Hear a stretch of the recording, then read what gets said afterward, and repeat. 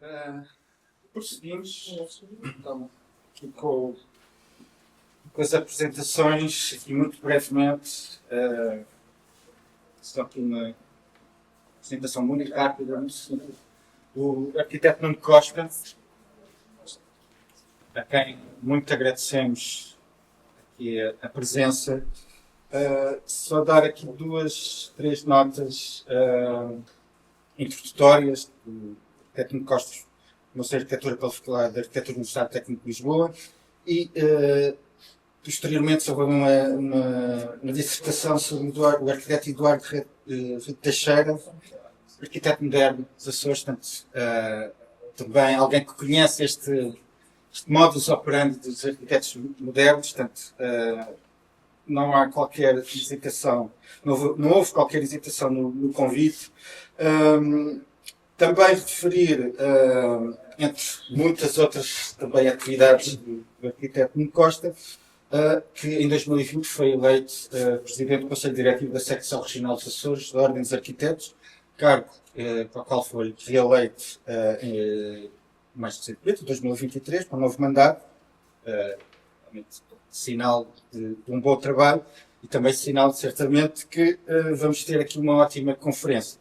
Só dar uma nota a propósito da Ordem dos Arquitetos, da Secção Regional dos Açores, que ainda recentemente esteve envolvida em debates a propósito da intervenção do património das fábricas do álcool e do açúcar em São Miguel. Portanto, a questão do património arquitetónico como património que interessa e que nos interessa torná-lo vivo, portanto, relevante, não ser só uma peça museológica, mas serem edifícios vivos, e é isso que se pretende também trazer aqui para o debate. Sentido. Arquiteto, muito obrigado. Obrigado, Ben. Boa tarde a todos. Obrigado pelo convite para estar aqui hoje.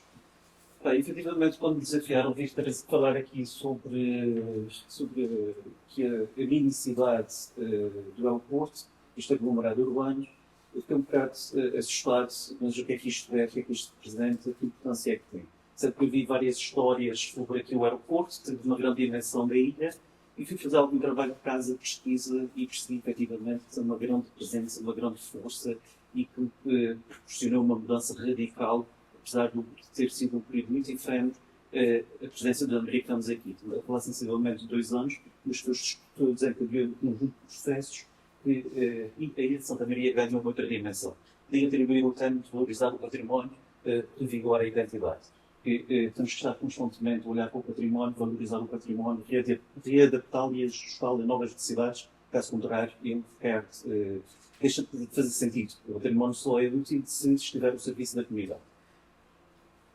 E ao fazer esse trabalho de pesquisa, encontrei alguns artigos, trago aqui uma citação: o aeroporto mudou a vida de uma ilha, fê-la crescer até o primeiro nível. Chegou a ser preciso uma carta de chamada para lá entrar, tal como o visto para os Estados Unidos. Mas assim que a Segunda Grande Guerra acabou, e a tecnologia da aviação voltou a ficar perdida no meio do Atlântico. Ou seja, mostra claramente esta citação, a transformação e os processos que estão associados a este empreendimento que foi aqui feito. Nós, na altura, quando foi construído o aeroporto de Santa Maria, estávamos precisamente no contexto da Segunda Guerra, o António de Oliveira Salazar, à frente dos desígnios de Portugal. Em 1941, houve uma missão portuguesa que foi designada para vir cá a Ilha de Santa Maria para estudar a zona onde se poderia implantar o aeroporto, e foi escolhido precisamente a zona aqui do Pico, a zona sudoeste do Pico de Maria Dias.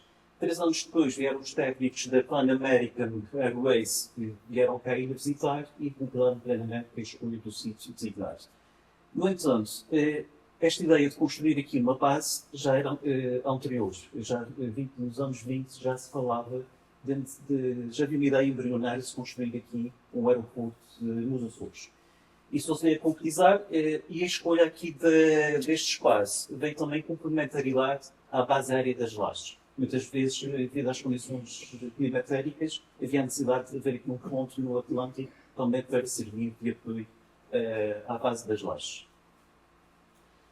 A memória descritiva do anteprojeto fala de um conjunto de serviços, um conjunto de trabalhos para contratar, nomeadamente a construção de 2 molhos no Porto, ou seja, a intervenção e a necessidade de a revitalização da ilha não se fica apenas por esta zona aqui da construção do aeroporto, a construção de 2 molhos para melhorar o cais que existia aqui na Vila do Porto, alargamento da área do cais e prolongamento da rampa, melhoramentos das estradas, dos pontos, a construção da estrada para ligar precisamente aqui o aeródromo, a construção de 3 pistas, com dimensões uma maior, mas ligeiramente mais pequenas, a plataforma de estacionamento de aeronaves, a topo de comando do edifício da estação, redes de abastecimento de águas e esgotos, ou seja, o conjunto de várias infraestruturas que foram necessárias construir naquela altura.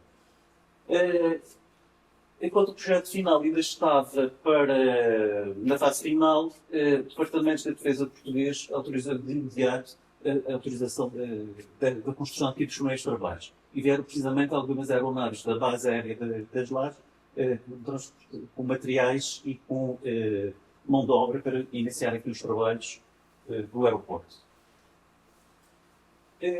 O primeiro avião que aterrou data de 7 de agosto de 1944, foi o Dakota, o C-47, a primeira aeronave que aterrou aqui na ilha de Santa Maria.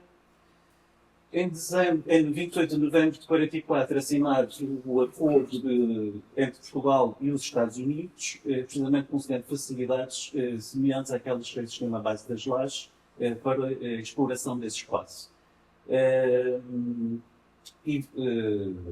Percebi precisamente, na altura, os aviões que vinham da Guerra do Pacífico, e precisamente quando as condições climatéricas não era possível aterrar na Ilha Terceira, também poderiam aterrar aqui em setembro. Poucos dias depois, em 14 de dezembro, é assinado o acordo com a Pan American e o governo português, bem também permitir, onde já se encontraram em construção conjunto de edifícios aqui nesta zona. Na altura, haviam cerca de 3.000 trabalhadores afetos aqui à construção do aeroporto, dos quais 2.000 vieram dos Estados Unidos, 600 vieram de São Miguel e 400 eram aqui da ilha de Santa Maria. A Vila do Porto sofreu várias alterações, foram incluídas várias estruturas de apoio, as infraestruturas aqui do aeroporto, redes viárias, saneamento básico, de águas e esgotos, vários bairros habitacionais, equipamentos sociais, tudo aqui nesta zona, desde hotel, ginásio, igreja. Depois, mais tarde, foi atribuída em honra do Nossa Senhora do Ar, o Cine de Teatros. As referências que eu encontrei falavam de capacidade para cerca de 20 pessoas para o Cine de Teatros, um hospital, entre outros equipamentos. A 11 de julho de 1975, o primeiro avião português que veio aqui a Santa Maria, o Avro Hanson. Depois, a 2 de julho de 1944, fim da guerra, os acordos com os Estados Unidos cessaram e o aeroporto passou a estar sob a gestão portuguesa. Depois, a partir daqui, é um conjunto de desacontecimentos que vão ocorrendo ao longo dos anos. É claro que, pela sua posição geográfica e devido às condições tecnológicas, os aviões forçosamente que atravessavam o Atlântico, quer para a América do Norte e América do Sul, forçosamente tinham para fazer uma escala aqui em Santa Maria. E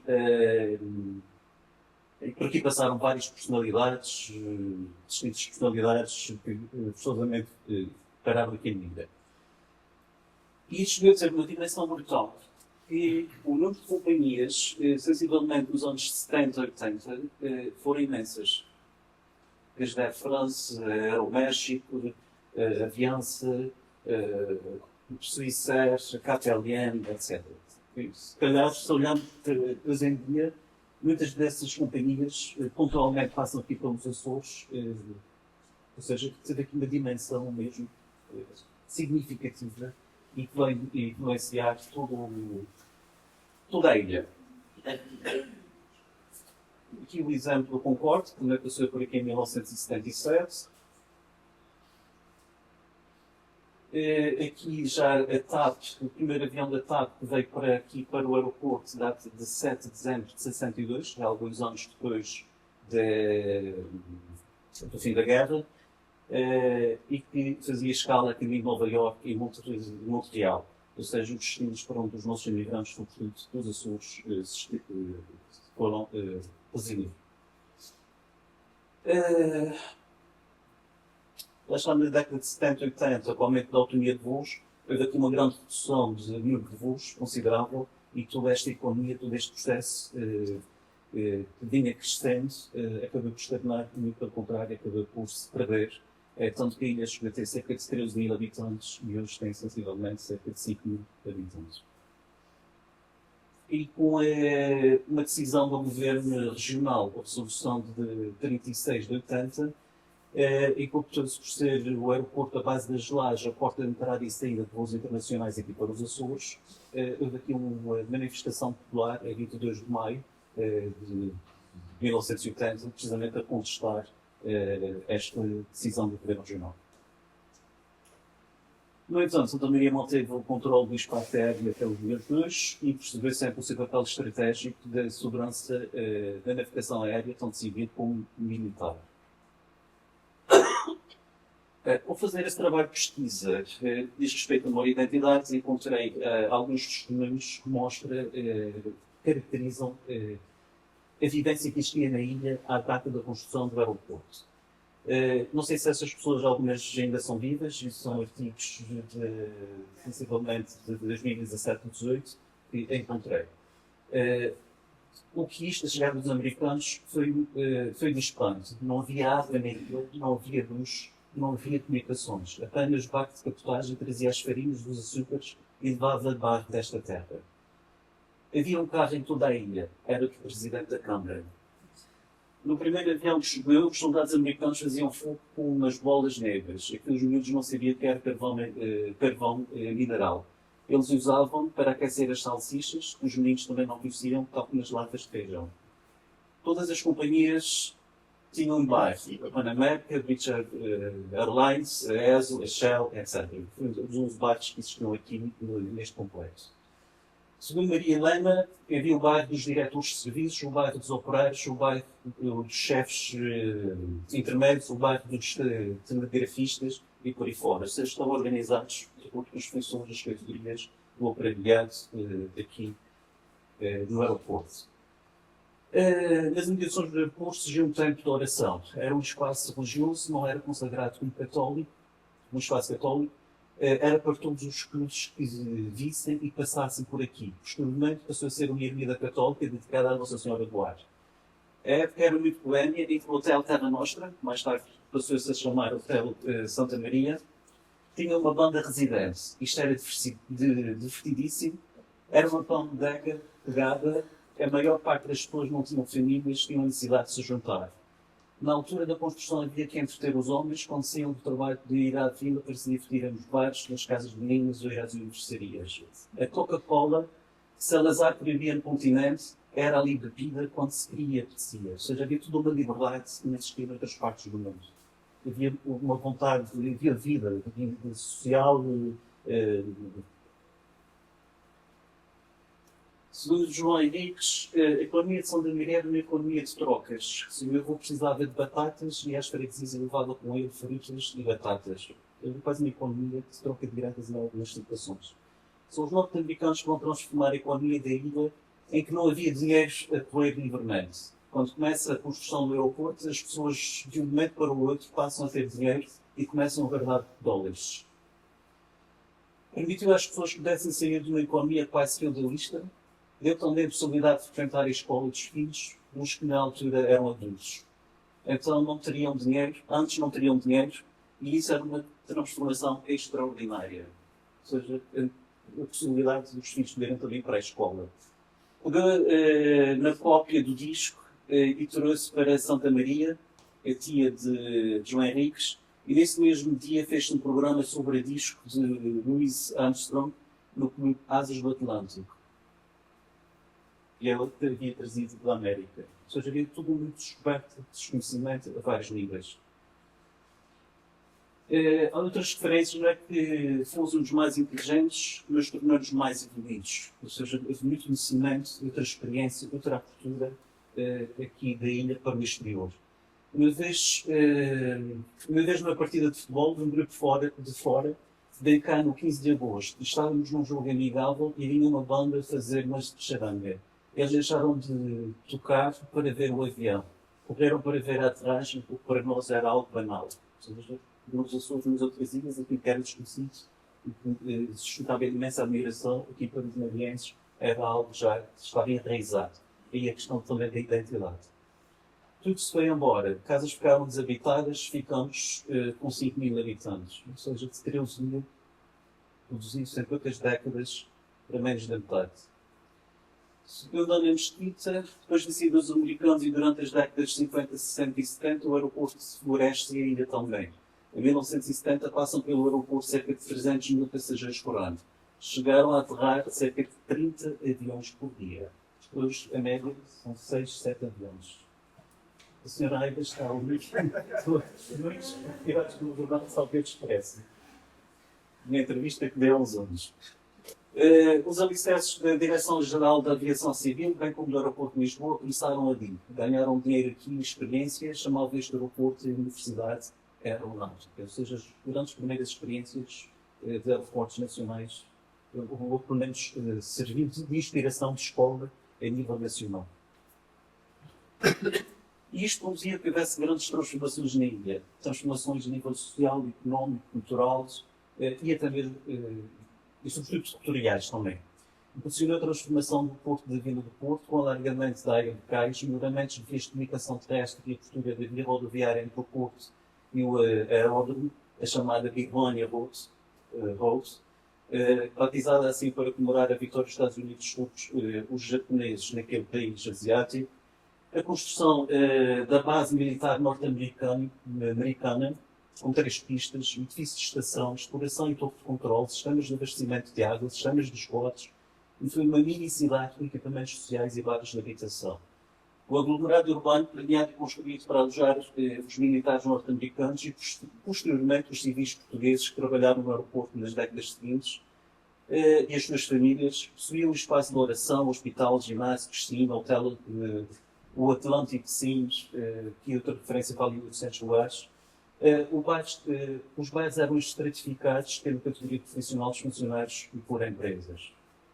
Depois, se calhar, a parte da habitação, eu creio que o meu colega Menlo irá falar um pouco mais sobre isso. Nos fundaram 11 bairros que compunham toda uma arquitetura contemporânea, vanguardista, no seu próprio tempo.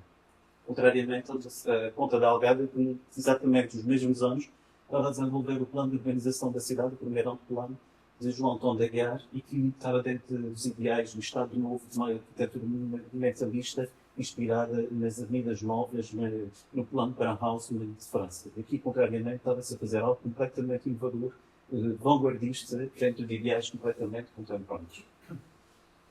Essas transformações também se deram a nível sociocultural. Passaram por aqui, a nível de multiculturalismo e interculturalidade, trocas de experiências de pessoas vindas do momento que aqui passavam, contacto com o exterior. Entre os marinhenses e sobretudo os norte-americanos. Após a passagem para o aeroporto civil, muitas companhias usam para o que abastecimento de aeronaves ou descanso de tripulações. Surgiram espaços de lazer, convívios, espetáculos, por onde passaram artistas e distintas personalidades. Eis aqui um desenho do plano, e isto teve tanta força aqui na ilha que fosse classificado. O plano, no fundo, a área classificada abrange todo o aglomerado urbano, e depois com uma faixa circundante de cerca de 50 metros, que são depois aquela linha que está tracejada. E foi classificado como imóvel de interesse público. No âmbito quando nós falamos em classificar objetos, há um texto muito interessante de Paulo Peixoto, que problematiza a questão de quem mata quem. Por causa dos processos de classificação, porque muitas vezes há a ideia que quando nós classificamos, estamos a congelar um determinado bem. Estamos, de alguma forma, ou aquilo que se pretende uma classificação é proteger para que não seja destruído. E para que não seja destruído, tem que ter também uso. O edifício tem que ter vida, tem que ser possível adaptá-lo a novas vivências, atribuir uma nova função. Caso contrário, fica obsoleto, fica vazio, em desuso e, forçosamente, questão de devoluto leva à ruína. Por isso, no âmbito para valorizar e revigorar o património, isto são algumas das reflexões que surgem no âmbito do trabalho que estamos a desenvolver relativamente à fábrica do álcool e à fábrica do açúcar na Lagoa e Ponta da Algada. No âmbito das intervenções, temos de ter em conta um conjunto de premissas, nomeadamente condicionantes e potencialidades da ocupação e dos usos. Os usos têm que ser úteis para a comunidade, tem que haver uma utilização para os próprios imóveis. Temos que ter em conta as possibilidades e potencialidades dos espaços e dos edifícios existentes. Então, os edifícios comportam todos os usos. É preciso ajustar os usos aos respectivos edifícios e vice-versa. Salvaguardar os edifícios ou estruturas a classificar, ou já classificadas. Preservar a identidade, as características e tudo que efetivamente tem valor também material, artístico, simbólico, histórico, é necessário manter, caso contrário, estamos a retirar os elementos que provam a existência de uma determinada identidade. Preservar e valorizar o património do complexo edificado dos espaços exteriores, assim como o património imaterial, com destaque para a respectiva memória e identidade. Ou seja, muitas vezes, nesses espaços, não pode existir espaços de museologia, e essa museologia não tem que ser necessariamente museus tradicionais. Pode haver elementos que estejam dispersos junto de outras valências e que só enriquecem a experiência. Nós, se formos a um restaurante e tivermos alguns objetos expostos, ou se der uma música de fundo, a experiência é sempre muito mais agradável que simplesmente ir ao restaurante, comer e vir embora. E essa memória, esta identidade, este componente imaterial e mesmo material pode também estar presente, muitas vezes, juntamente com outros usos. Só enriquece as próprias experiências. Preservar as características arquitetónicas do edificado existente, bem como as suas componentes construtivas e materiais. Os aspectos construtivos, os sistemas construtivos, os materiais que estão associados, importa também preservar, que são características que marcam de uma determinada época, e importa sempre possível preservar estas estruturas. Reutilizar as estruturas, as componentes construtivas, os materiais existentes, atendendo às questões patrimoniais, ambientais e de sustentabilidade. Depois mais no documento também se fala da questão da sustentabilidade. Ou seja, reutilizar os materiais, os recursos que nós também já temos e podemos aproveitá-los. Flexibilizar possíveis formas de ocupação e distribuição de usos de modo a não comprometer o futuro do conjunto. Ou seja, não tornar o conjunto obsoleto, permitir que continue a ter vida, ter um uso. Criar um polo de humanização social, cultural e económica que responda às necessidades da comunidade local e que seja atrativo para o setor turístico e para o visitante. Numa primeira instância, qualquer património, qualquer edifício classificado tem que servir a própria comunidade local. É claro que pode ser utilizado como recurso turístico e tirar partido para gerar também receita e ligado com recurso turístico, estamos a falar também de visitantes.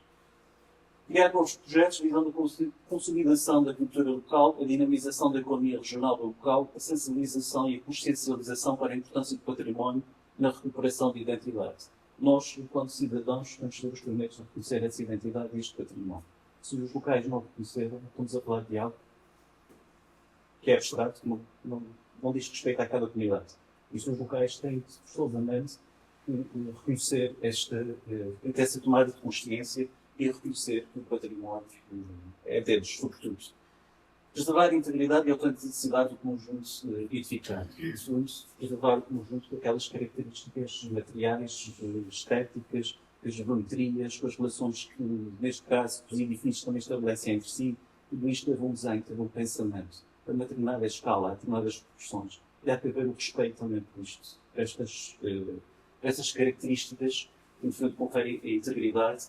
E quando falamos de autenticidade, não é simplesmente congelar o edifício e não permitir que sofra alterações. Cada tempo tem as suas próprias técnicas, é preciso encontrar o equilíbrio das novas intervenções para que estejam em harmonia com aquilo que já existia previamente.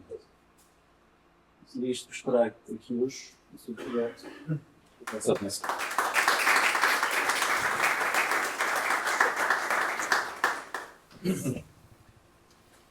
Muito obrigado. O tempo voa depressa. Portanto, peço já a Nuno Ribeiro Lopes, que avance. Ainda mais sucinto do que tem sido até agora. Catarina Ribeiro Lopes conhece muito bem os Açores, tem obra em várias ilhas, uma delas todos conhecem, se não conhecem, é recomendável o Centro de Proteção dos Vulcões Capelinhos. Mas para além disso também um trabalho imenso como diretor regional da cultura, toda esta parte do património, da museologia e inclusive destes edifícios aqui que nos dizem mais diretamente de Santa Maria, como uma muito interveniente, portanto, arquiteto, a palavra é sua, muito obrigado. Muito obrigado, boa tarde a todos, obrigado pelo convite, é um gosto de estar de volta a Santa Maria, são muitos os assuntos dos patrimónios de Santa Maria no Céu, a última vez que eu estive cá foi questões completamente distintas, a vinha, que é um património também importantíssimo, e que tem que ser também muito valorizado e acompanhado. Eu vou falar, não vos acrescentar grandes coisas, não vou dar mais notas de cafés que vocês possivelmente conhecem, porque tomaram cá, eles vivem cá e são, digamos, já conhecem, digamos, tudo isso, são coisas que vai dizer. De qualquer maneira, algumas reflexões e fazer um pouco a história deste processo. Portanto, este é, digamos, a área que foi classificada, aqui, digamos, numa planta mais exuberante, digamos assim, mais explicativa, onde nós temos claramente a parte do aeroporto de fora, por razões, obviamente, de compatibilização de funcionamentos de estruturas, de departamentos, digamos, e portanto seria difícil abranger parte do aeroporto, inclusive a questão de tudo está fora. Pronto, este é o decreto regulamentar regional, que faz, digamos, uma explicação do porquê, no sentido de mostrar exatamente essa diferenciação que aconteceu, digamos, da cidade de Jardim, enfim, tudo isto, mas e apela, chama a atenção sobre o estado de degradação que está em função, digamos, das transições sobre as responsabilidades que vêm a acontecer, e acaba por fim dizer que é preciso, para citar a bom, implicar uma intervenção que associasse ao lugar do modelo e necessária estimulação de espaços de projetos construídos, fundamental para a valorização daquele e para o aumento da autoestima da comunidade. O slide anterior do meu colega, do Nuno Costa, dizia exatamente aquilo que é importante para aqui. Isto não é para congelar. Isto está vazio. O espaço está vazio. De edifícios está. Tem muito espaço vazio, há muito pouca construção. Ora, digamos, não tem sentido o aeroporto crescer quando existe todo este espaço que é ocupado.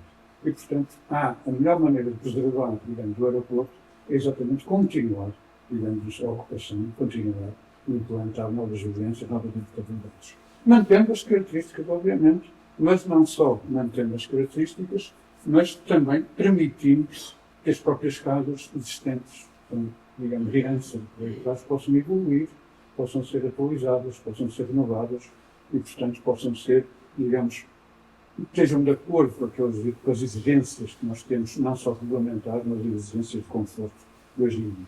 E, portanto, esta era, digamos, a definição dos espaços que estavam no plano diretor. O zonamento proposto não é muito diferente, a única diferença, digamos, básica é acrescentar aquela zona central verde, manter-la exatamente verde, mas há todos uns espaços cinzentos, para além dos que são zonas de ocupação, algumas delas, como nós vemos, com espaços vazios, todo o espaço cinzento está por definir e que há que dar algum sentido para tudo isto.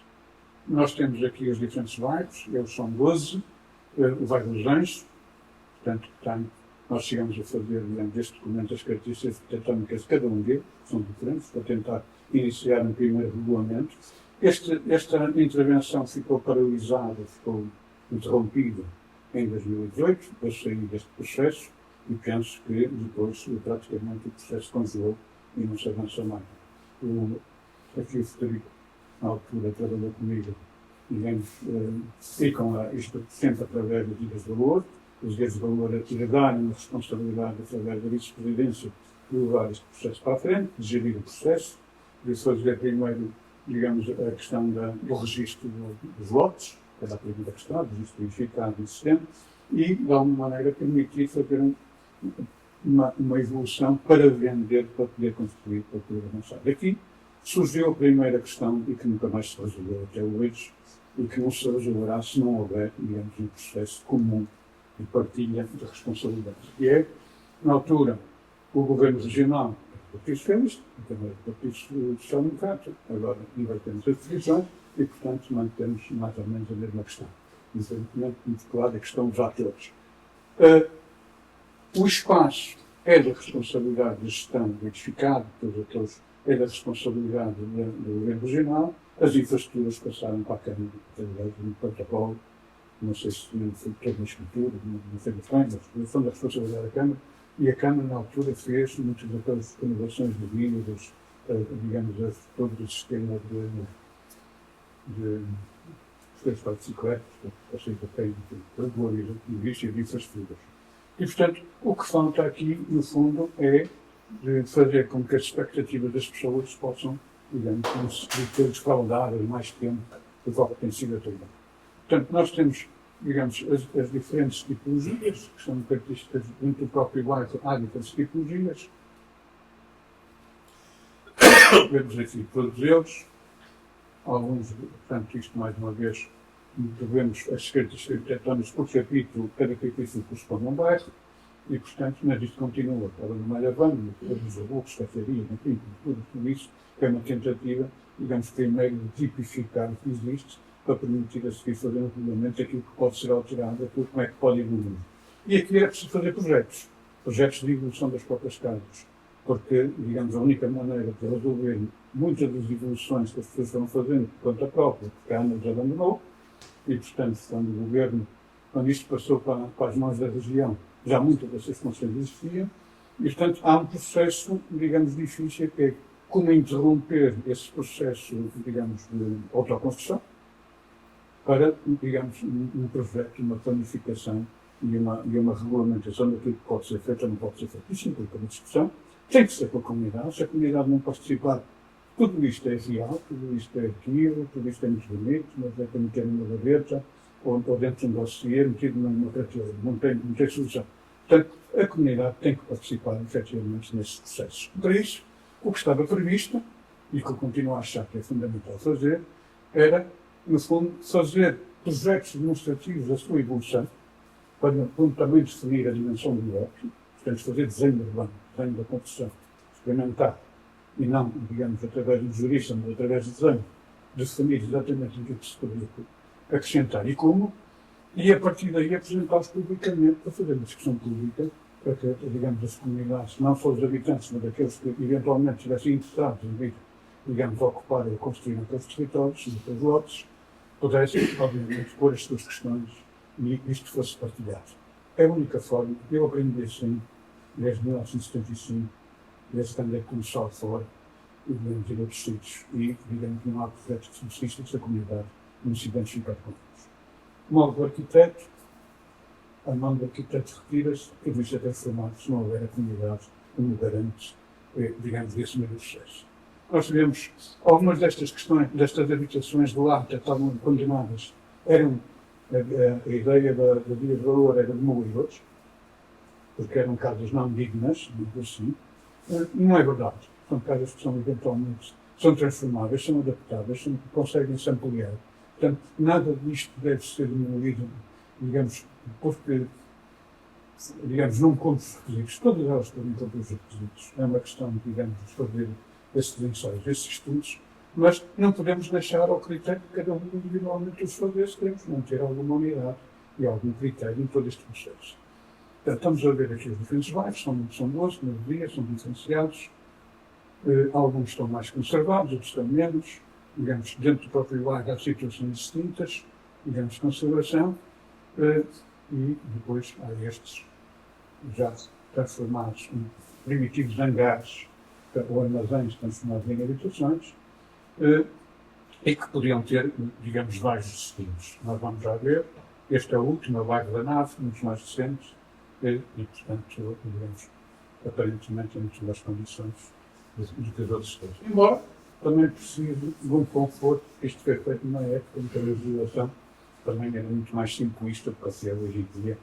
E quando eu digo legislação, eu digo a regulamentação, porque depois de ir fazer arquitetura, mas aqui isso é muito gasto. Contudo, para este bairro continua a ser domínio público do Estado. Portanto, isto não passou para a região Sim, mas a autónoma. nada é meio. Este bairro é o que está ali fora da área. Não, isso ainda Está aqui, diga. o que está fora da área é a cooperativa habitacional. Mas, independentemente disto, portanto, isto correspondia a uma época, digamos, em que a legislação era muito mais simples, não era tão exigente. Não é que a legislação, que muitas vezes é só papel e só burocracia, mas aquilo que são as condições de conforto, essas sim, na altura não eram exigidas, não havia sensibilidade por isso, e são, obviamente, necessárias. Mas, depois tínhamos os espaços de equipamentos, o teatro, que é um símbolo, quase o único edifício de madeira que tinha para estar, para além da torre e da cantina. Todos os outros foram sendo desfeitos, foram sendo alterados, temos aqui no interior, digamos, com os tais, a informação que eu tenho era de 500 e poucos lugares, e que tinha um palco reduzido, que isto era exatamente só para si. A informação na Terra era de 1000 lugares, onde militar, que eram bancos corridos. Aqueles bancos já são, a Direção-Geral era uma As melhores anedotas do português e do francês, não sei o que. Exatamente. Ou seja, os americanos estavam envolvidos, não é? e levavam 1000 pessoas, 1000 militares. Eu devo dizer que isto, depois vamos ver, que isto é uma construção precária, feita para durar meio de ano, foi feito para durar 70. E, portanto, apesar de tudo, muitos anos se aguentou ele, aparentemente, porque depois desmorou-se completamente. Vemos ainda aqui, digamos, nesta sucessão, quando isto já era um clube e um cinema, digamos, a cantina e a igreja. Aqui embaixo vemos a cantina, que é o último edifício de madeira que devia ser reabilitado, que é uma peça muito interessante também. Foi o primeiro a ser construído. Portanto, a grande urgência dos americanos quando chegaram foi ter os seus bens alimentares bem acondicionados, em vez de estarem naquelas tendas piramidais de lona. Então, o primeiro edifício a concretizarem e a usarem foi a cantina, que começou por ser a cantina, exatamente. E ainda hoje chama cantina e tem essa função de... Mas eu penso que é particular, este foi uma das razões que levou a que não houvesse nenhuma intervenção. Não é particular, pertence ao domínio dessa região e está subalugado em várias parcelas. Mas era preciso intervir rapidamente, porque para não ser só o cinema, portanto, o cinema já não é uma reabilitação, é uma reconstrução, digamos, do a igreja, não é? E, portanto, digamos, a torre do aeroporto, embora já estivesse de fora, também como elemento que resta todo esse percurso inicial. E depois, a propósito das Açores 2020, nós tivemos a oportunidade de fazer as Açores 2020 obrigado a fazer uma definição de uma estratégia prévia e, digamos, a definição de quais eram os elementos, digamos, os equipamentos que podiam ser candidatos. Enquanto no continente, dada a dimensão, quem fazia eram as Direções Nacionais de Cultura, mas depois havia um concurso público, digamos, entre as associações, entre os proprietários, entre o próprio Estado, que somos detentor de muitos desse património, e, digamos, havia uma comissão de avaliação, que era o projeto que estava, digamos, pela maturidade melhor, no que era mais interessante, e, portanto, era uma avaliação externa. Aqui, dado o valor mais reduzido do montante que estava nessa exposição, quem fez, digamos, este roteiro, quem fez esta estratégia, fez esta Nacional de Cultura, e assim diretamente responsável por esta elaboração. E na altura definimos para Santa Maria basicamente 4. A renovação do atual museu, de Ensino de Santos Espíritos, ainda como sede, todo dedicado, digamos, à ocupação, à maneira de viver, na Casa Mariense, enfim, ao sistema de ocupação do território. Digamos, o cinema, estamos com a justificação, dizendo qual era o projeto, o objetivo e tudo isso. Inclusive, a candidatura obrigada a esta questão, para os funcionários, parcerias previstas, em que ano é que começava, quando é que acabava, quantas dormidas é que se ganhariam, porque o património a nível da comunidade europeia é tratado por interesse turístico. Quantas camas portanto, as teorias aqui que vêm acrescentar. Portanto, não há património, há turismo patrimonial. E depois, obviamente, o que aconteceu foi que em 17 ruiu no Mangueiros. Ruiu, praticamente ficou só a carcaça exterior. Assim, quando o projeto estava praticamente pronto e o concurso, digamos, a execução, para começar a se avançar, houve. Obviamente que os diretores nossos não têm uma vida fácil quando recebem uma notícia a dizer nunca mais andar de projeto, ainda não atrasar-se, não sei quanto, isto está aqui tudo. O que ficou foi. Isto foi o que ficou. E aquela parede do lado de lá, que separa a sala, uma daquela sala da galeria do texto. Porquê? A fundação era muito frágil, era muito pouco dentro do terreno. Aliás, houve escavações depois, a posteriori, houve escavações que fizeram praticamente a fundação quase à mostra de lá dentro.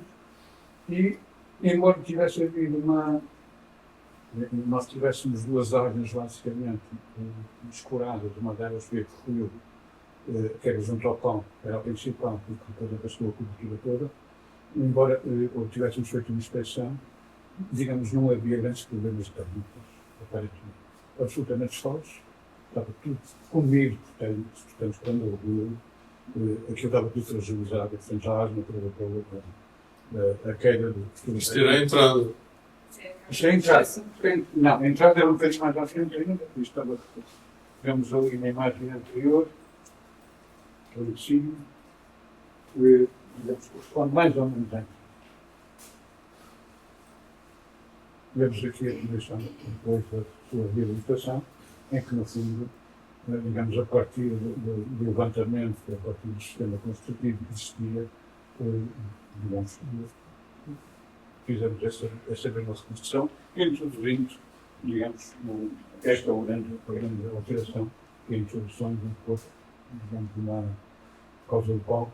O palco passa a ser, digamos, praticamente igual ao do Teatro Miquelense, embora que qualquer espetáculo que viesse a São Miguel, já que Miquelense, podia vir aqui também, porque muitos dos espaços não podiam ir a mais ninguém ainda, porque todos os teatros municipais ou não, ou particulares, salas de espetáculos, não tinham as dimensões que o Teatro Miquelense tinha, portanto havia, digamos, um custo brutal, digamos, um desperdício em relação ao resto da cidade, e portanto tínhamos que fazer uma coisa de país. Exterior é madeira, mas a parede é de alvenaria de tijolo. Tem uma parede de bloco. De bloco. Bloco. Depois tem, utilizamos aqui uma desculpa, que é tudo feito com isso. E depois tem procedimentos mesmo, tem uma caixa de ar, tem os isolamentos e depois tem o acabamento de madeira. E tem, digamos, uma ampliação aqui atrás, que é digamos, para que não haja introdução de máquinas de ruídos, de máquinas de ar-condicionado, todo o sistema de apoio, dos PTs, e tudo isso, nós fizemos um corpo atrás separados por uma pala, onde quem vai descarregar fica debaixo da pala e faz a ligação não só para o edifício, mas também para este corpo esses armazéns. E depois o elemento original que já existia e que foi feito e é completamente. Ora bem, tivemos o interior, amanhã vamos fazer uma visita. Mas se o diretor falar, tu já ouvi. Vou ficar a falar Eu vou passar a coisa. Eu só juntei hoje de manhã as imagens que tinha da queda abrupta. Não tenho mais que isto. Os segundos sectores eram 6 na nossa televisão, porque a ideia era demolida, ficar com um exemplar. E, digamos, a discussão que foi feita dentro das Ilhas de Valor foi exatamente manter todos os caminhos, inclusive aqueles que eram no bairro da PSP, digamos, poder reconvertê-los. Havia uma oportunidade de fazer um turismo, um hotel, dentro daquele conjunto. Não sei se depois chegou a ir ainda não, havia essa proposta. E aqui era fazer, digamos, um núcleo do aeroporto, aqui sim destinado ao próprio aeroporto. Digamos, e a todo este território. Vemos aqui, digamos, o levantamento que nós fizemos. Portanto, vemos aqui, digamos, o desenho inicial da explicação americana e vemos ali uma planta antiga onde se mostra um conjunto de de outros que, portanto, já tinham sido mortos. Nós tivemos a oportunidade, o Frederico participou nisto, de fazer, digamos, e verificar foi que os seis, o que é que cada um deles pretendia, o que é que se queria instalar. Nós entendíamos que o aeroporto podia ser qualquer destas exposições, seja no museu, aqui de Vila do Porto, a Casa do Capitão, seja lá de cima, sejam estes polos, tem que haver fruição, tem que ser agradável, tem que ser, as pessoas têm que querer voltar. E, portanto, uma das coisas que nós queríamos fazer aqui era, digamos, os corpos a tentar voar, com simuladores. Parecemos uma peça fundamental, não ficar só, digamos, com a especificação, com a história, com aquilo que a camada foi chato, mas, no fundo, com os divertidos e com os a querer, digamos, a ter modelos, a diferentes companhias, portanto, ser muito lúdico todo este processo. E, digamos, a torre é um processo distinto, embora dentro da mesma estratégia, também dentro do mesmo roteiro que foi apresentado, digamos, à Comunidade Europeia, e em que, digamos, se propunha, através de um protocolo que foi assinado pela ANA, digamos, a ANA fez o projeto, nós acompanhamos o projeto, acompanhamos, digamos, os materiais, digamos, o próprio concurso público, acompanhamos todo este processo, mas depois a obra era gerida por eles, sendo acompanhada por nós, porque a ANA, como aquilo é território aeroportuário, não deixava que, digamos, que alguém externo assumisse, digamos, o controle deste tipo de intervenções, porque a cobertura é contínua, a estrutura da cobertura é contínua, portanto havia desfeitos. Ora bem, isto acabou por ir para a frente, o concurso ficou vazio. O concurso ficou vazio, embora o preço fosse muito alto, já na altura, porque a ANA praticava todos já, digamos, de bandas muito altos, mesmo assim ficou deserto, porque ninguém vinha fazer uma obra de meio milhão. Aqui em Santa Maria, porque o valor, digamos, a margem de lucro não compensava a deslocação, digamos, da maquinaria pessoal. Estávamos a começar esta crise que nós temos agora, vivemos de falta de mão de obra, de excesso de obra pública, e, portanto, se vai ser subido permanentemente. Quem escolhe hoje o que é que se faz são os próprios empreiteiros, não são os dirigentes políticos, nem os donos de obra, não são nenhum de nós. Quem desenhou isto desenhou o açucareiro. Quem desenhou isto somos nós. Não desenhou o açucareiro. Não, a torre original, octogonal. Não, a informação que o senhor pode... É portuguesa. O açucareiro É assim. é a versão portuguesa. Amanhã a Margarida vai ter lá uma surpresa. A ideia que vamos ter de explicar para se acabar com as ideias Excelente. é que havia que garantir que determinados elementos de trabalho não saíam para o conhecimento da comunidade. É uma coisa externa. Esta questão de fronteira do que se passava aqui dentro e o que se passava lá fora, acho que era mais importante e valorizado pelo Estado Novo Português do que propriamente pelos americanos. No fundo, para manter a malta, tem de saber. Mas o octógono que está ali desenhado é americano ou é americano? É americano. É todo, tem de ver. Esta é a parte Estrutura metálica. madeira e tal. É. Mas é, por exemplo, todo este balanço é madeira. Tudo isto é madeira. Todo este. Não vemos aqui, isto agora deve estar pior e já estava mal nesta altura. Entretanto, aquela falha foi tapada, deixa-me indicar, está em péssimo estado. Está. Está pronto para cair também, no dia anterior, como ao cinema. E, portanto, dizer-vos que aquilo, voltando um pouco aqui ao princípio, dizer-vos que penso que a única fase que eu sei neste impasse, pese haja estes colóquios, nós não aguentamos muito se não conseguimos, digamos, ultrapassar este diferendo entre Câmara e Governo. E, aquilo que eu já disse, vou ter aqui publicamente, porque já disse ao António antes, é que eu acho que a SAZ, como entidade independente autónoma, tudo isto tem um papel fundamental, ou tem um papel fundamental nisto. No fundo, a promover um estudo, não sei mais que isso, sobre as habitações, sobre a ocupação de espaço, uma espécie de pontapé de saída para a discussão pública, para poder pôr a comunidade, que está completamente à marca, está fora de todo este jogo de ténis entre a Câmara e o Governo, poder assumir um papel e, no fundo, obrigar as entidades políticas, digamos, a agir. Porque senão, daqui a 6 anos, daqui a 7 anos, estamos a discutir exatamente a mesma coisa, uma situação, obviamente, muito mais grave. Obrigado.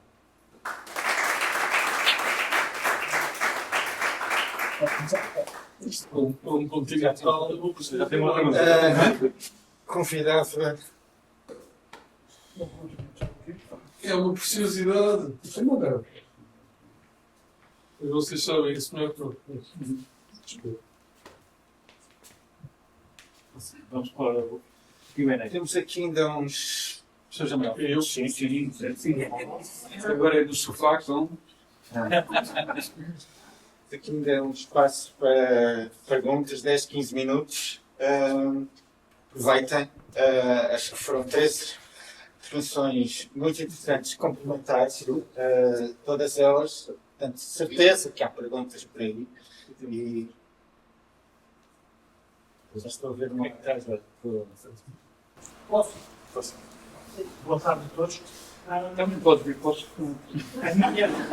A minha questão vem tentando fazer bastante e vem um pouco no seguimento daquilo que a Nelson mostrou. E a minha pergunta é: qual é a posição do Cabo Amaral sobre este tema que eu vou falar? E depois pedir uma reflexão de todos sobre esse tema, que tem a ver com construção nova em áreas protegidas, salvaguardadas. Ou seja, mostrou aquela imagem que acho que era na Baixa do Porto, em que entre 2 edifícios antigos, o Cabo Amaral fez um edifício assumidamente moderno, até contrariando a questão das linhas verticais e assumir as linhas horizontais da arquitetura moderna. Ou seja, ali mostra uma posição que é um pouco a minha, mas acho que é um pouco vai contra aquilo que os planos de salvaguarda hoje em dia, eu vejo nos planos de salvaguarda que existem nas zonas históricas, e é uma coisa que eu revejo muito, que via muito também, a falou da Holanda, que eu já vi na Holanda, é que no centro histórico, quando se faz uma construção nova, assume-se a arquitetura contemporânea, moderna, minimalista, ou o que for, ao lado das outras que eu acho que podem viver em harmonia com calma. Mas, por exemplo, os planos de salvaguarda hoje em dia, e o nosso filme do Porto é exemplo disso, não permite esse tipo de intervenção. Na altura, não sei que regulamentação é que havia, mas a minha questão é: confirmo que o Amaral tinha essa posição ao intervir numa zona histórica, né? E a minha pergunta também é aqui para a zona do aeroporto, neste vazio todo que existe, quando vamos construir novo, como é que devemos encarar essa construção nova? E eu já falei muito também isto,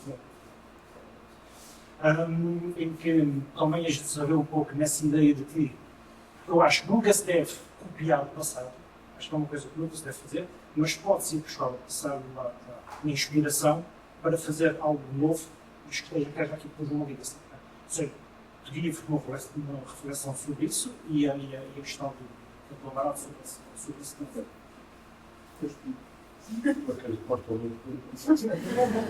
Bem,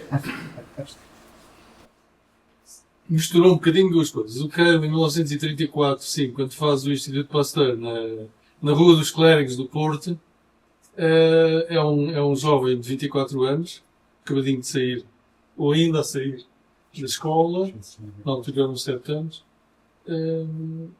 com o espírito modernista radical que o movimento moderno dos anos 20, internacional, Bauhaus, do Corbusier, tinha lançado, que é, basicamente, uma atitude iconoclasta.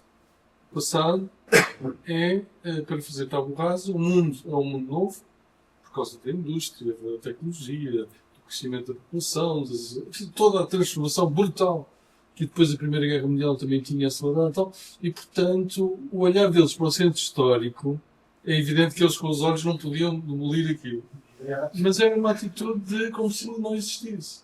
Quando o Cabo desenha aquele lote de 5 ou 6 metros de largura, ou 7, no Instituto Pasteur, 20, na altura, ele tem essa atitude, não é?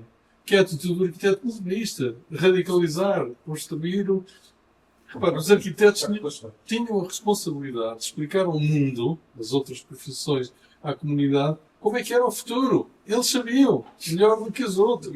E tinham essa espécie de contrato social, não é? Mas é um sonho. Quer dizer, que não fiquem a pensar que a arquitetura que se fazia em Portugal é a do Instituto Pasteur. Porque não era. Havia 10 arquitetos modernistas, 10, menos 10 por ano em formação das escolas de Lisboa e Porto, e a maioria da construção, bastante tradicionalista, alvenaria, pedra e tal, madeira. Portanto, é um ideário de futuro. Mas havia, de facto, essa atitude radicalizada. O Keil do pós-guerra, pós-segunda guerra, eu estou falando da pessoa que conheci, mas eu não o conheci nesta altura, atenção. Mas do que eu posso perceber dele e daquilo que ele generosamente nos deu, no ateliê às 5 da tarde interrompíamos o trabalho, saíamos dos tiradores, vinha a Maria que era com um tabuleiro com chá e bolos, e ele começava a contar histórias incríveis, das quais eu me lembro de algumas, e foi assim que eu aprendi a ser professor.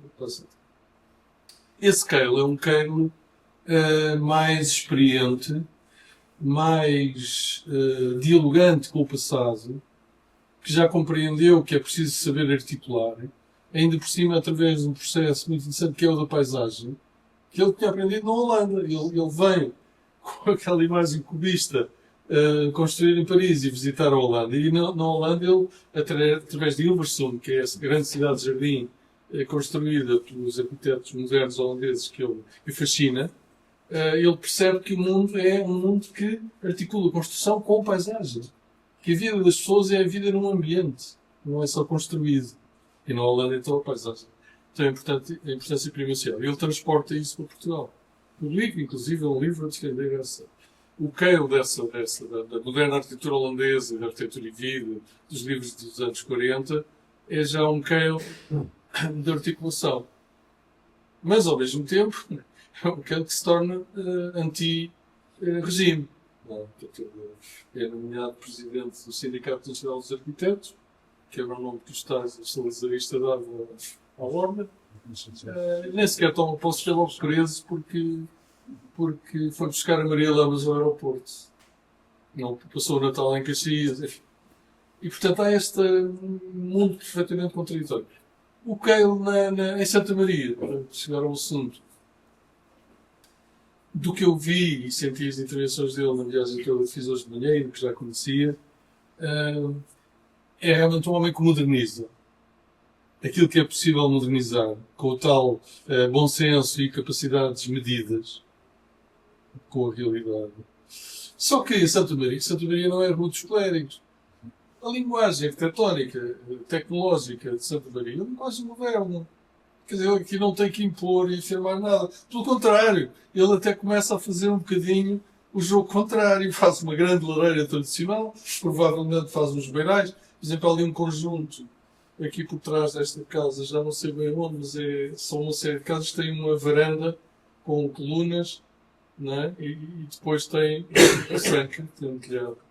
O telhado é um telhado daqueles Keil, saliente, que faz assim um remate oblíquo, com um beiral. E aquilo é tudo falso. É tudo em placas de madeira, por debaixo é oco. Portanto, ele dá uma imagem moderna, mas não precisa de estar ali a provar coisas, porque ele já é mais moderno do que ele. Não é? Portanto, ele não terá sido ultrapassado pelos acontecimentos, mas ele não tem dúvidas em colocar lareiras e beirais e coisas tradicionais. O que é que ele faz verdadeiramente moderno? O conjunto das moradias do bairro. E também aquela geminata para a seguir, tem uma entrada com grandes de cimento muito bonitas em curva. Mas se nós olharmos para aquilo, como eu olhei hoje, né? Comparei as casas de chapa americanas com as casas do Keil, são obras modernas, cada um do seu género. A americana numa situação de emergência, para a fabricação, transporte de material, urgente, e a portuguesa no sentido de vamos instalar bem os nossos técnicos e a nossa administração.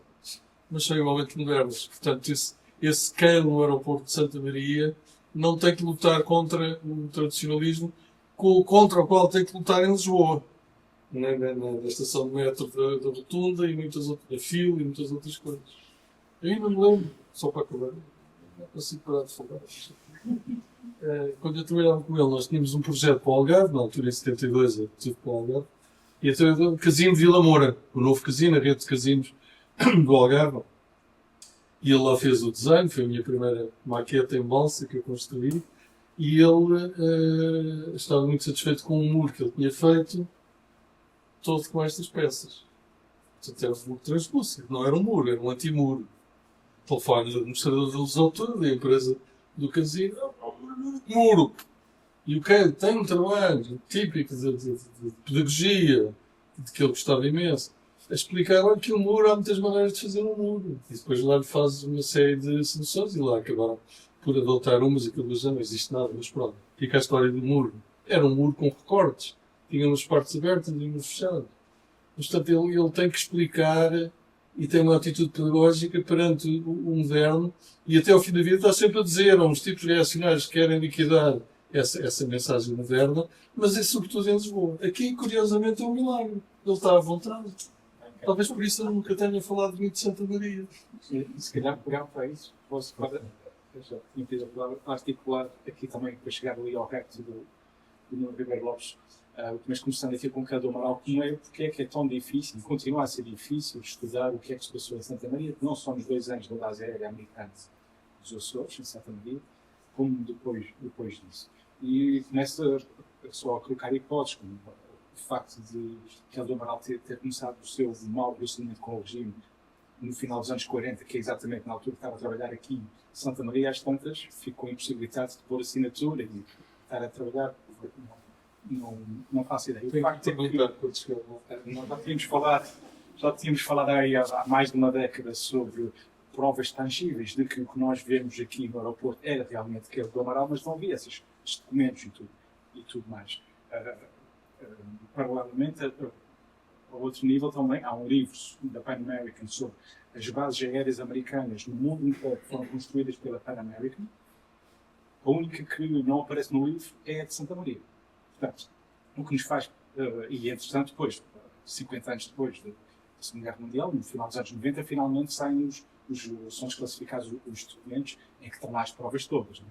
Portanto, esta base não era secreta, era hiper secreta. E sobretudo enquanto houve o regime de Estado Novo, portanto, isso era, não se fala. E depois há outra nuance ainda, quando se fala de bases nos Açores, identificam logo a base da terceira, que começou por ser britânica e só depois que foi americana. Portanto, a base de Santa Maria sempre ficou aqui secret e na névoa. E, inclusivamente hoje, para historiadores, é muito difícil, mais difícil estudar a base que se passou aqui em situação militar e pós-situação militar, por causa dessa névoa, dessa falta de obras. E isto para fazer o ponto para atualmente. Inclusivamente, atualmente, neste processo que nós temos desde 2012, finalmente ganhamos poder autonómico ou democrático sobre este território, falta-nos informação, conhecimento sobre a realidade diamática que nós temos aqui no nosso solo localmente. Se calhar sabemos mais porque estamos aqui, já ouvimos muitas histórias e tudo mais, já falamos com muitas pessoas aqui, mas ao nível da autonomia regional, é um património que está distante, né? São só 2, 3% do arquipélago que está numa ponta, a região autónoma dos Açores, um espaço maior do que o continente português, tem muito para onde olhar, portanto, a energia que chega aqui é sempre uma energia de fim de corpo, não é? Portanto, o que a LPAZ poderá fazer aqui, e já tem feito desde que foi fundada, é quase como assessorar com informação técnica ou histórica. Não? E é isso que nós temos feito e mais recentemente fizemos na altura que o Nuno Ribeiro Lopes era diretor regional na parte de património, museologia e tudo mais. E estamos a tentar fazer atualmente com a nova direção do Museu de Santa Maria na tentativa de refundar o projeto do aeroporto para o projeto museológico, aproveitando talvez uma boa vontade da ANA para ceder também parte do resto do chão, o que poderá tornar o projeto mais completo. Inclusive, o que está feito até agora, na nossa colaboração com o museu, é um programa preliminar em que, em princípio, avançará para um novo projeto arquitetônico. E é assim. Na zona habitacional, lá está, como este bloco de prova, falta termos ainda mais conhecimentos para valorizarmos exatamente a riqueza do património que temos, fazer comunicar esse valor que nós temos às várias instâncias em que nós nos integramos, que já estão nos Açores, a República Portuguesa, a União Europeia e por aí fora. E realmente dar-nos o valor a este espaço que ele realmente. Posso responder? Dentro também daquilo que o Frederico disse. No Porto, estes edifícios altos chamam-se espigeiros. Espigueiros. Não estão prestadinhos de altos, parecem espigeiros. É a arquitetura dos espigeiros. Assim se volta assim. Mas, dizer-vos isto, é assim. Se nós temos espaços perfeitamente consolidados ou edifícios consolidados, não tem sentido deitar abaixo e for substituído. Não tem. Tem sentido reutilizar e aí, digamos, a capacidade que o edifício tem de ser reutilizado tem a ver com estes princípios muito básicos que quem não pode ser mais afastado. É um problema sempre ao nível do Estado. O Estado tenta meter problemas em edifícios em que os edifícios não são capazes de o aguentar na sua própria dimensão e, portanto, implicam alterações, demolições, não tudo isso. Portanto, acaba, em muitos casos, de indiscretização do próprio edifício. Em segundo lugar, e uma discussão uma conversa que tivemos, uma discussão sobre a Biblioteca de Angra, que vocês conhecem, digamos, independentemente da qualidade do edificado, não está em causa, para mim o importante é saber se a biblioteca devia ser no centro histórico, implicou a alteração, de pertinência, aliás, ao queixas das pessoas à frente, que deixaram de armar, enfim, essas coisas todas, isso não devia ser ela própria um motor de expansão da cidade, neste caso, na zona dos Cílios, cá em baixo, portanto, alargar a cidade para que a cidade não tenha a mesma dimensão que tinha no século XVI. A cidade continua a ser, eu acho que até é mais pequena, agora está mais reduzida. Só vai do chão do bar do município até ao chão das escolas. É tudo o que acontece na cidade, portanto, a cidade diminui. E, portanto, perdeu-se a oportunidade, por exemplo, que aconteceu em Lisboa, com a Expo, de dar dimensão à cidade e de não estar sempre a martelar no próprio centro histórico, a obrigar, digamos, a velha questão, se deve demolir, se não deve demolir, se deve fazer de novo, se o arquiteto deve afirmar a sua modernidade ou contemporaneidade, ou se deve respeitar, digamos, aquilo que está. Portanto, essa discussão é uma discussão que muitas vezes, digamos, não tem sentido se antes nós soubermos onde é que vamos, digamos, desenhar a cidade, como é que é, qual é a estratégia para a cidade, digamos, como é que se distribui essas funções. Portanto, fazer uma casa tem muitos antecedentes, não é só a encomenda. Quando o tipo responde só à encomenda, está completamente descontextualizado, digamos, do resto, se não se tiver atenção, e se nos cuidar que está tudo à volta. Como as relações é que, digamos, há a situação possível. Isto é uma questão. O caso de Santa Maria, para mim, é muito claro. Isto não está acabado. E, portanto, a melhor maneira de salvaguardar e valorizar é continuar a construir. Ponto. Senão, é incomportável a quantidade de espaço livre e os custos de manutenção, digamos, das infraestruturas para os poucos habitantes que têm. Por um lado, isto significa que nós temos que salvaguardar os modelos que vieram até nós, o mais possível, obviamente, os conceitos que acho que são fundamentalmente para equipamento e não para a habitação, pessoalmente. E se não é museu, é outra questão qualquer, mas devem ser equipamentos, porque tem um programa interno mais livre, digamos, mais consentâneo com aquilo que é a própria estrutura, que no fundo é um armazém de hangares. E as casas devem ser mantidas com toda esta variedade, sendo que há capacidade de ampliação e de, digamos, atualização. E, portanto, esse sim é um jogo mais difícil, como é que nós vamos manter, mas que, no fundo, acabou-se por se fazer no cinema, acabou-se por se fazer nos outros sítios. Não temos que manter integralmente o edificado, porque isso é de acordo com regras e com formas de vivência que hoje em dia já não existem. E, portanto, se nós queremos ser, eu sou muito pouco ortodoxo ao nível patrimonial, visto essa camisola, muitas vezes sou chamado para isso, mas considero que, digamos, o ortodoxo patrimonial faz tudo menos valorizar o património, faz com que, digamos, cria aversão ao património. Portanto, o património tem que ser atualizado, tem que ser vivido, senão não tem que ser vivido. Senão é aquilo que eu acho. Isso é outra questão. Agora, nos espaços livres, que não estão a continuidade daqueles setores, porque há setores, e se nós, naqueles setores, nós devemos continuar a construir, digamos, novos lotes, mas se calhar com edificações próximas ou interpretadas daquilo que são o original que está ao lado. Nos setores vazios, nos quarteirões vazios, que estão lá, e são notórios, nós sabemos que existem aos traçados urbanos, aí o projeto é lindo. Sejamos coerentes com a comunidade do Cairo. Ou seja, sejamos contemporâneos, estamos novos modelos. Não temos que andar a repetir coisa nenhuma. Porque senão não estamos digamos, a valorizar o património. Foi o que ele fez. Foi o que ele Foi o que ele fez. E, portanto, a atitude digamos, deve ser adotada. É o mesmo tipo de atitude deve ser adotada. Se nós quisermos manter tudo e fazer cópias, são cópias de menor qualidade, como é óbvio, e, digamos, estamos a desvirtuar aquilo que foi a atitude, digamos, e a concepção do próprio plano do que, portanto, extremamente claro.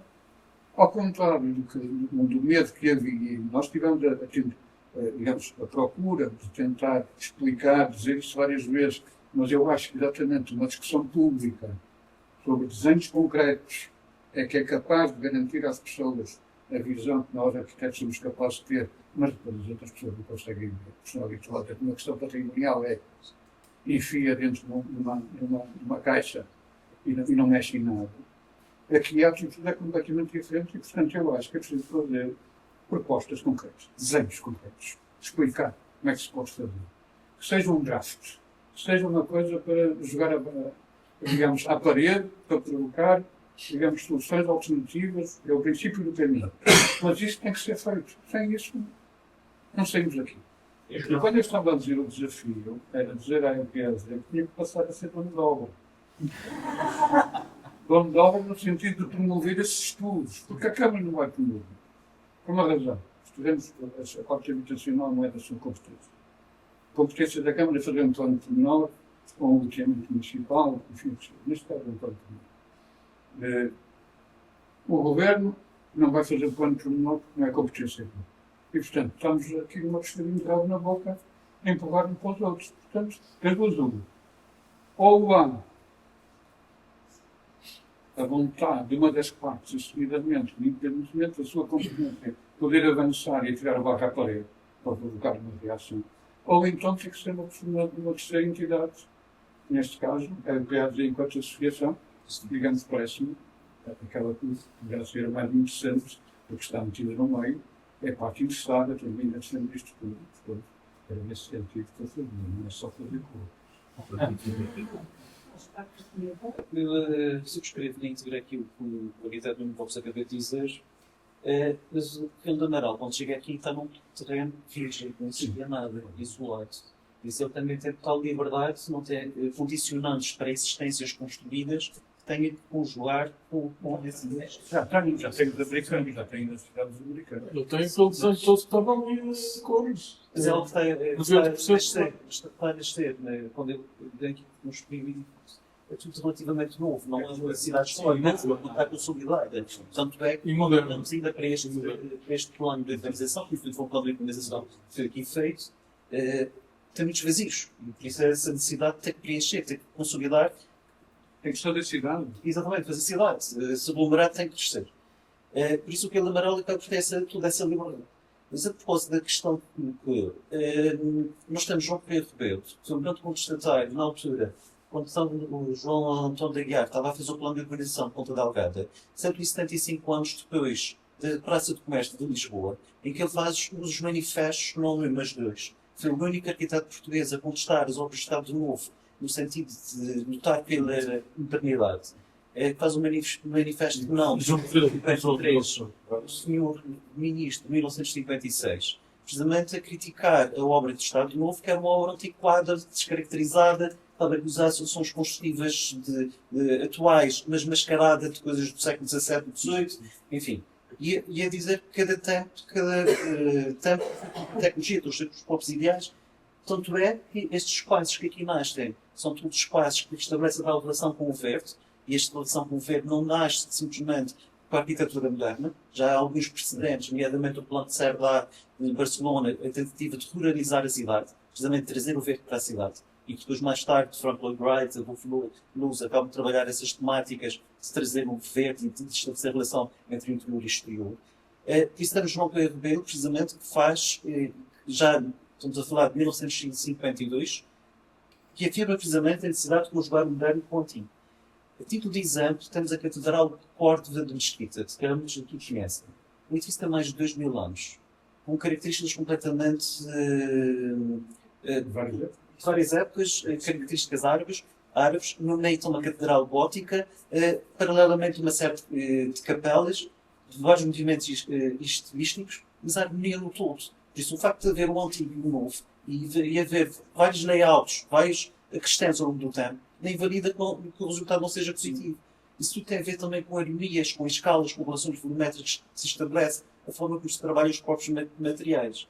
E a propósito das pré-existências, nós temos inclusive outro autor açoriano, Paulo Gouveia, que foi pioneiro nos anos 80, a nível da arquitetura pós-moderna, em que ele vai fazer dois projetos, entre outros, mas dois que se destacam, o Museu da Vinha do Pico e o Museu dos Baleeiros, também no Pico. Inclusive, esses dois projetos vão representar Portugal em Frankfurt, em Madrid, em Itália, precisamente que olha para a arquitetura existente, mas é uma reinterpretação. A questão das mansardas, dos próprios materiais, novamente estamos a falar das escalas, das harmonias, das relações entre os edifícios. É muito diferente ter um edifício de 2 pisos e ter ao lado um edifício com 4 pisos. Temos uma escala brutal, há um choque por contraste. Outra coisa é uma linguagem completamente diferente, mas haver uma harmonia, uma continuidade. Ou seja, uma integração de um novo perante o antigo. E muitas vezes é essa a perspectiva, e quando estamos a falar em zonas existentes, com pré-existências, estamos sempre a falar de uma seleção de valores, tentar identificar, efetivamente, o que é que tem de valor naquele lugar, e perceber até onde é que podemos ir e encontrar novas soluções. Mas estamos sempre perante novos tempos, onde as nossas exigências já não são as mesmas do passado. Tem que haver sempre uma reinterpretação e uma adaptação. E quando falamos de património, o património só é útil e só tem valor se tiver um uso. Caso contrário, ele morre, não tem vida. Não. Um minuto. Eu tenho 5 pontos. Vou tentar um minuto. Mas antes disso, desculpa lá. Aquela araucária está mesmo no enfiamento das esteios da casa, não sei se já repararam. Aquela araucária estava ali quando o carro cá veio, certeza. Já pensaram nas implicações disso? O bom arquiteto, para começar no barroco, planeia sempre o espaço à frente de uma rua. Nenhuma igreja tem um prédio à frente, tem uma rua, ou um lar, ou uma praça. Respiração. O cara inventou este corredor e esta orientação da casa, quase garantido por causa daquela araucária. Ainda por cima, não. Os fantasmas têm aquela. Não foi fantasma naquela altura? Não, araucária, pá. São ali Não é grande, pelo menos 50 todas benefícios. provavelmente era mais pequeno. Bom, mas pronto, primeiro ponto. Agora é que começa a assinatura. Penso que terá mais a ver com. Ele trabalha no Serviço da Aeronáutica Civil. Os arquitetos que trabalham no Serviço de Estado e no pensamento do arquiteto de serviço público dos anos 40 e 50 não assina, não é autor. É um servente do serviço público, da utilidade pública. O oposto do que há agora, das estrelas. Se o arquiteto é bom, o arquiteto tem a obrigação de saber se vai fazer uma remodelação, uma demolição total, não é? Se ele é bom, o cadeiro. O último plano que o Quero fez foi, por acaso, eu tive o prazer de participar. Era um plano para Porto Santo para permitir que houvesse as aterragens de grandes aviões em Porto Santo e depois por helicópteros iam povoando os heliportos a construir no Funchal. E ele fez um plano para Vila Baleira, nessa altura, estamos em novembro de 74, 4 meses antes de ele morrer. O plano da Vila Baleira, conhecem, tem aquele núcleozinho e depois umas coisas dispersas, havia um novo hotel do Pedro Cid e tal. A maneira dele trabalhar na intervenção em Vila Baleira foi completar com intervenções contemporâneas os espaços vazios. Eu acho que essa também foi a atitude dele aqui, isso é interessante. Bom, ponto 2. A ampliação do moderno, da arquitetura moderna, é estruturante da ideia moderna. O moderno nunca está completo. O moderno transforma-se, evolui. Quando nós em Nova Oeiras fizemos uma intervenção muito semelhante, Aquilo que salvou aquela situação, que era uma situação complicada entre os proprietários e a Câmara, foi estudar uma ampliação num edifício existente. E a ampliação resolveu. Ponto 3. O código genético do plano está nos Estados Unidos, uma vez mais, por amor de Deus. O Governo Regional dos Açores tem a obrigação de descobrir onde é que está o plano original. Então classifica uma coisa sem saber qual é a origem. Onde é que está o ADN disto? Desculpe, brincar com uma coisa é verdade. E tem a pista nas legendas, as fotografias estão aqui no átrio do hotel. É um plano, não sei o quê, da base, não sei quantos, ponto 4. O regulamento de Ovoeiros é que é o futuro. Epá, eu não acho que seja preciso fazer um plano para o bairro, para o plano de que já está, o plano de Está a fazer oportunidades para o público. é esse plano, eu chamo regulamento de gestão. Um regulamento de gestão faz em meia dúzia de meses.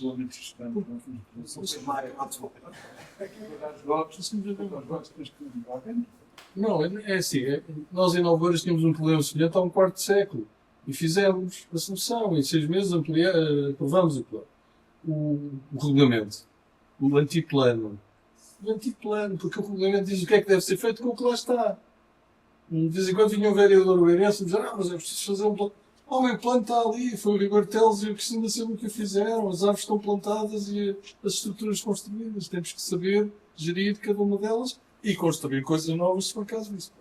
Portanto, eu acho que é um regulamento com essa figura importantíssima que o Governo devia implementar, que é um gabinete de apoio técnico local, que esteja inscrito no regulamento como o agente operativo que faz o acompanhamento de todas as coisas que os proprietários, moradores, enfim, habitantes da comunidade quiserem fazer. O Governo não tem que fazer um investimento aqui de 50 milhões de euros. Não é. Mas para isso é preciso conhecer. É preciso ter, por exemplo, na coisa dos moradores, a Associação de Moradores, representantes, tem que estar a participar nesse gabinete. Tem que ter técnicos e representantes legais da autarquia do Governo. Quinto e último. Pois, é muito bonita essa ideia de fazer crescer o bairro do aeroporto, mas para quem? Há bocadinho estava a dizer, se houver uma catástrofe horrível, salvo seja, no arquipélago, em que a única ilha sobrevivente é aquela que tem menos sismos e menos vulcões, depois o aeroporto pode receber 20, 50 mil pessoas à vontade para aquilo. Está preparada, tem infraestruturas. Já pensaram nisso? Claro que é uma visão pouco política, peço desculpa, mas é um extremo sempre nos convencer.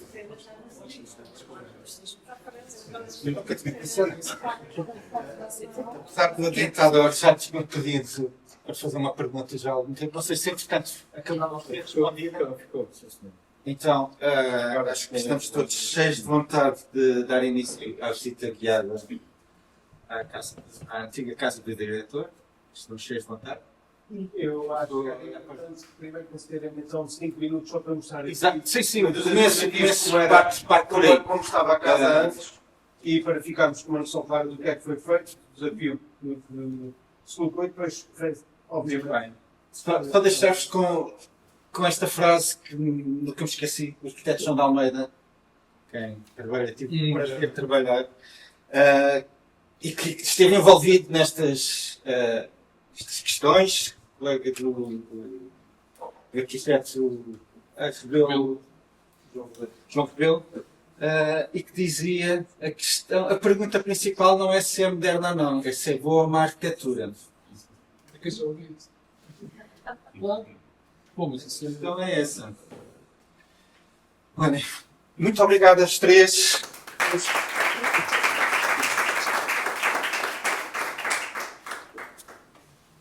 Floor is yours.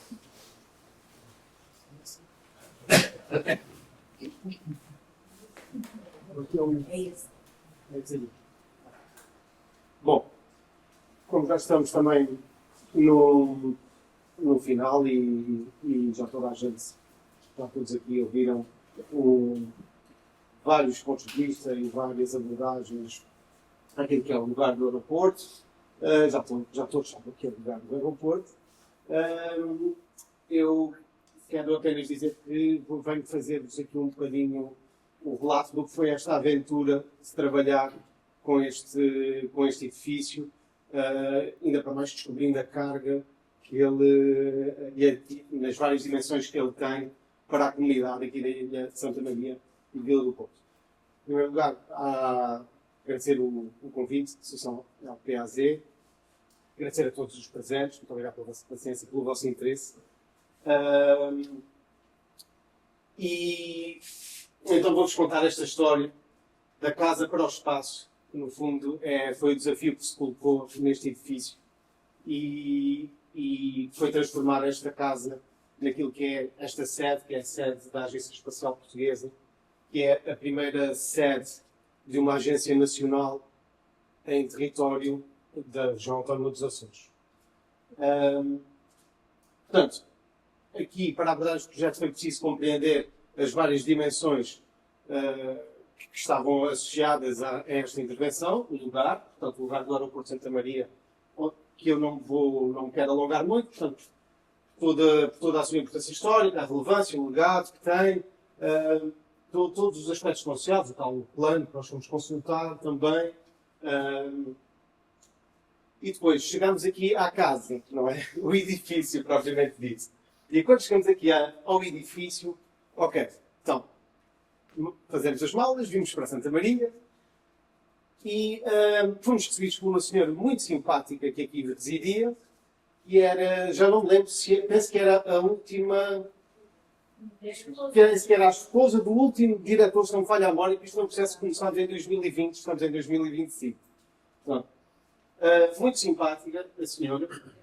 Portanto, a casa havia efetivamente uma importância histórica associada ao contexto do lugar e há um legado arquitetónico, porque percebemos que havia, com a ajuda da Direção-Geral da Cultura, que havia este indício de que a casa podia estar ligada ao arquiteto Carlos do Amaral, e então, foi quando conseguimos entrar em contato com as Ilhas de Valor, que nos conseguiram garantir acesso a um conjunto de desenhos, um emaranhado de desenhos, que nós viemos recuperar.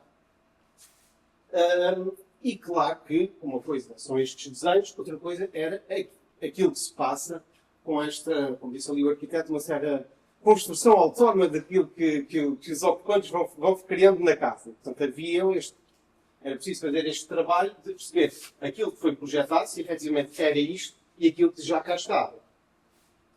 Pronto. Os alçados. Lembrem-me aqui de um pormenor, que falou aqui o Sr. Professor. Repare na parede, no prolongamento desta parede, para o exterior. Portanto, tínhamos acesso a estes alçados, depois reparámos que havia algumas alterações, já uns volumes que cresceram, umas situações que tinham sido abertas, outras fechadas. E demos conta desta perspectiva, deste ensaio que havia lá no meio dos estudos. Claro que nós fotografámos tudo o que tínhamos para fotografar, porque ninguém não nos deixava trazer as coisas, só se calhar até tínhamos trazido algumas, mas depois não teriam nada para pendurar ali no nosso rol expositivo. Pronto, e isso foi o levantamento que fizemos do existente e não do que estava nos desenhos. Porque isto só a título de curiosidade. Por exemplo, quando entramos naquela zona ajardinada que estamos à entrada do... É aqui no vermelho. Ok. Esta zona aqui, que é uma zona ajardinada à entrada, quando cá chegámos era um espelho de água. Pronto. Mas no projeto não era um espelho de água.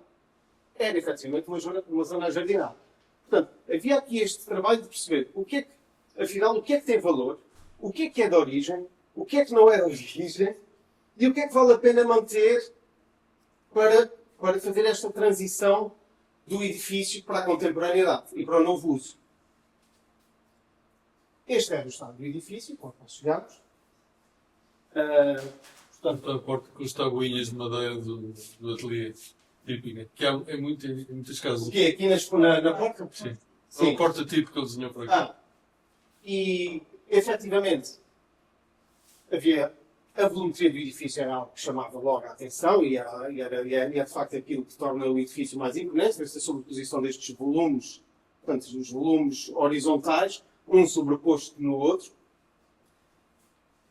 Portanto, aqui já havia uns assentos, já se tinha fechado o jardim de inverno, portanto, que seria provavelmente o jardim daquela perspectiva que vimos anteriormente. E, portanto, havia aqui já um conjunto de alterações, mas havia efetivamente um ar de degradação que era por demais evidente. Esta fachada deste lado, que é poente, exato. Fachada poente, fachada sul. Novamente os elementos verticais, estes elementos que se mantiveram. Isto era a garagem. Parece que tirava de um cenário de um filme do Harry Potter. E quando se passava por fora, isto era o ar que a casa tinha. Esta construção, que nós sabíamos muito bem se era uma coisa que estava mesmo abandono ou não. Não é?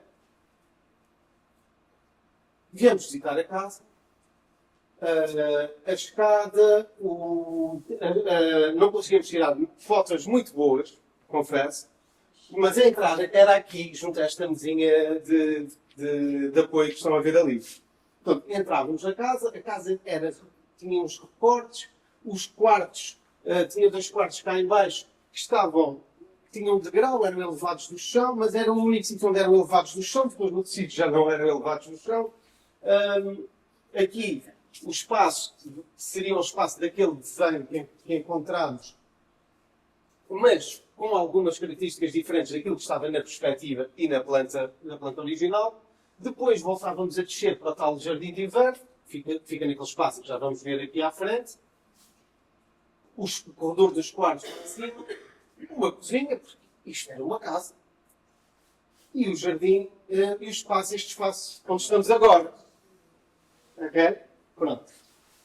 E, portanto, havia aqui um conjunto de questões. As vigas, portanto, como bem, suportavam este corpo com este balanço enorme, com uma laje de betão, não é? Tudo apoiado aqui nesta parede.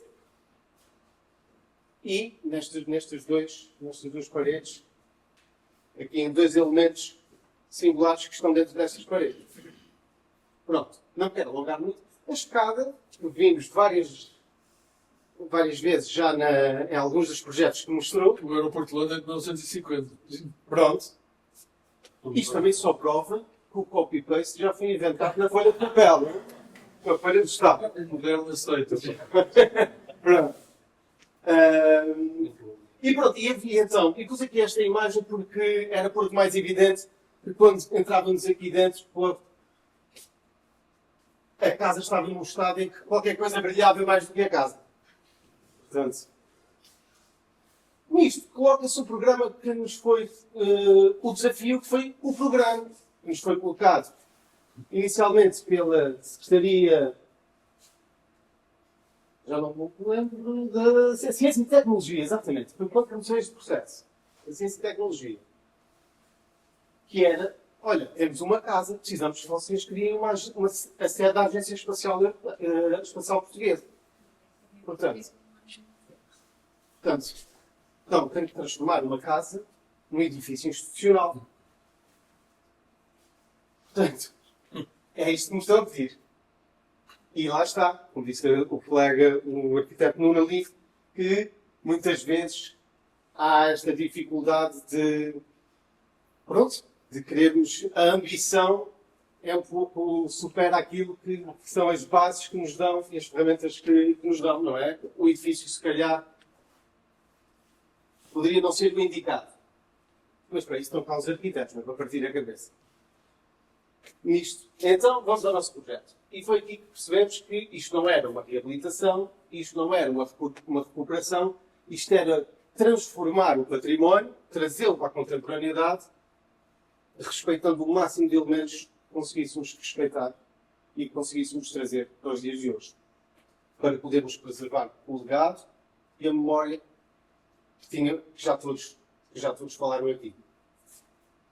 Ao nível dos espaços exteriores, aquilo que fizemos foi identificar os circuitos, redefinir os circuitos e organizar os circuitos cá dentro, criar uma ilha, uma espécie de ilha que funcionasse como uma zona, uma pequena área de salvaguarda do edifício, colocasse o edifício no foco e no centro do complexo, resolver o estacionamento, porque precisamos de estacionamento, é um edifício institucional, prolongar, como se vê aqui, redesenhar esta zona exterior do prolongamento do espaço interior para o espaço exterior e, eventualmente, é a nossa expectativa que estas árvores venham a ser plantadas um dia.